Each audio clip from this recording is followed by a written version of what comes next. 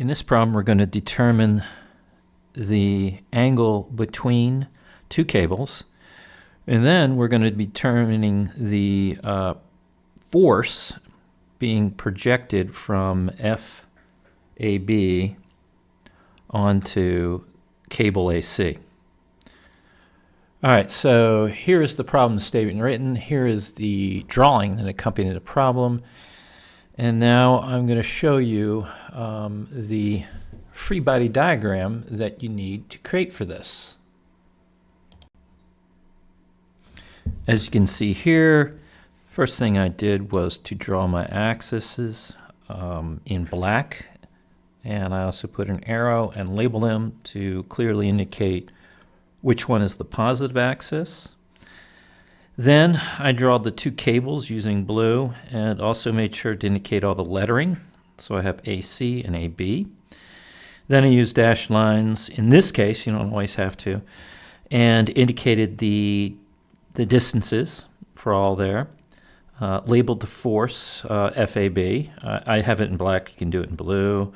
And then indicated the magnitude of that force, and then indicated what we were going to first solve for, which is the theta, which is the angle between those two cables. The angle between two vectors is determined with this equation, which is cosine theta is equal to the vector A dot vector B divided by the magnitude of A and the multiplied by the magnitude of B. In this case, A for us will be the vector or the cable from A to B, and B is from A to C. So go ahead and pause the video and go ahead and list out and calculate the position vectors A, which goes from A to B, B, in our case, which goes from A to C, and then calculate the magnitude of A and the magnitude for B. And then once you have all that, then unpause the video and we'll look at those.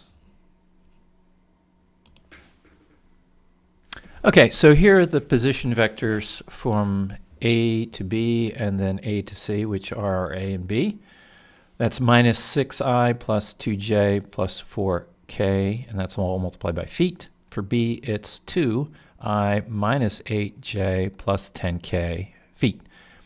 Then we just simply use Pythagorean's theorem, and we calculate the magnitudes for all three of those. I keep them as the square root of 56 feet and the square root of 168 feet. Just for accuracy.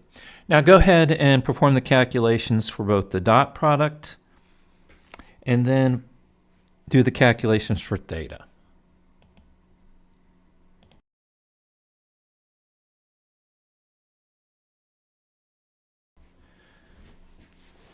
The second thing we've been asked to calculate is what force is FB projecting onto the line AC? To calculate that, we're going to use this equation, which is the projected force AB we're looking for. Okay, that's the magnitude of the force being projected onto AC. That is going to be the vector force, that 12-pound force. Okay, and it's vector format, dotted with the unit vector for the line that it is being projected on. All right, so go ahead and pause this and calculate both the force AB in its Cartesian format and also the unit vector for that line AC.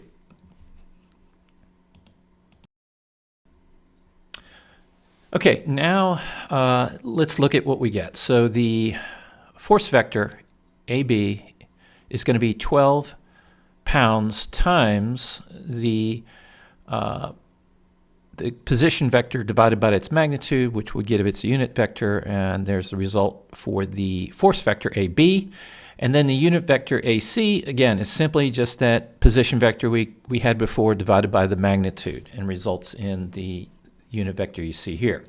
All right, now go ahead and pause this video, and I want you to calculate the magnitude. Okay, so you're going to do the dot product, and we're looking for is a single number, okay, which will be the magnitude of the projected force. And then go ahead and, using the unit vector for AC, convert that into a Cartesian format for that force.